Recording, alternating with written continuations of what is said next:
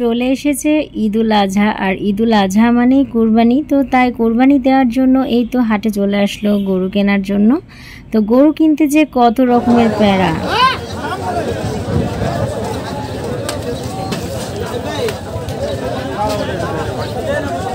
হাটে এত গরু, কোনটা ছেড়ে কোনটা নিবে, কোনটা ভালো কোনটা খারাপ, আসলে এগুলো বিবেচনা করা একদম কঠিন হয়ে পড়ে। তো অবশেষে একটা গরু পছন্দ হয়, তো তারপর সেটা দাম দর করা হয়।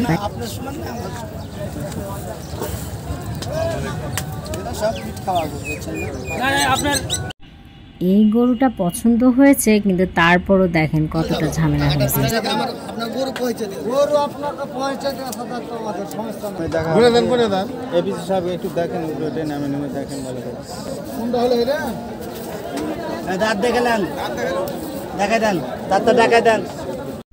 এইখানে তারা গরু বিক্রির সময় বলেছে 6 দাঁতের গরু, কিন্তু আসলে সেটা 4 দাঁতের গরু ছিল। তো সেটাই চেক করা হচ্ছে।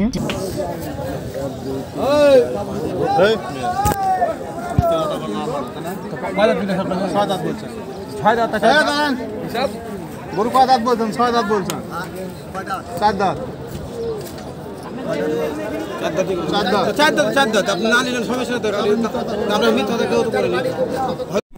এই গরুটার দাম দর সবকিছুই কমপ্লিট হয়ে গেছিল, আর তাছাড়া দামও দেওয়া হয়ে গেছিল, কিন্তু শুধুমাত্র তারা আমাদের সাথে মিথ্যে কথা বলেছে, সেই কারণে নেওয়া হয়নি। আর অবশেষে এই গরুটা পছন্দ করা হয়, আর এই তো সেটার দাম দর করা হচ্ছে।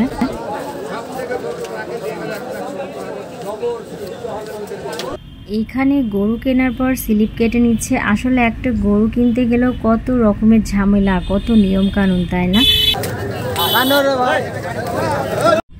অবশেষে গরু কেনা কমপ্লিট। এখন এই তো বাসার উদ্দেশ্যে রওনা দিবে, তাই নিয়ে যাচ্ছে।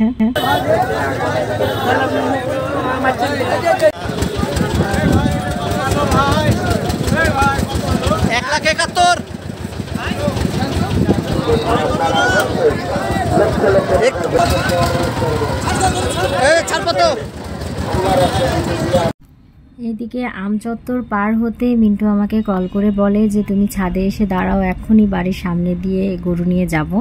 তো আমরা অনেকক্ষণ ধরে ওয়েট করছি কখন গরু নিয়ে যাবে। তো এই তো অবশেষে গরুর দেখা পাই, একদম নেতার মতো হাত নড়াতে নড়াতে দেখেন চলে যাচ্ছে মিন্টু সাহেব। তো যাই হোক, মাশাআল্লাহ আমাদের গরুটা অনেক সুন্দর হয়েছে।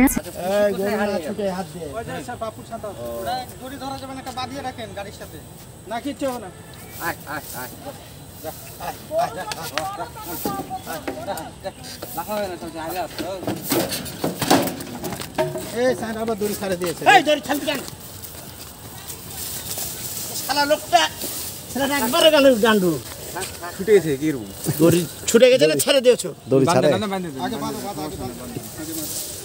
খিদা লেগেছে, খিদা লেগেছে, খিদা ও খিদা খিদাতেও ছটপট করছিল। 4 ঘন্টা লাগে সব করতে। এই পুরা কলোনি আগে পানি দে, তোকে একটু পানি দে।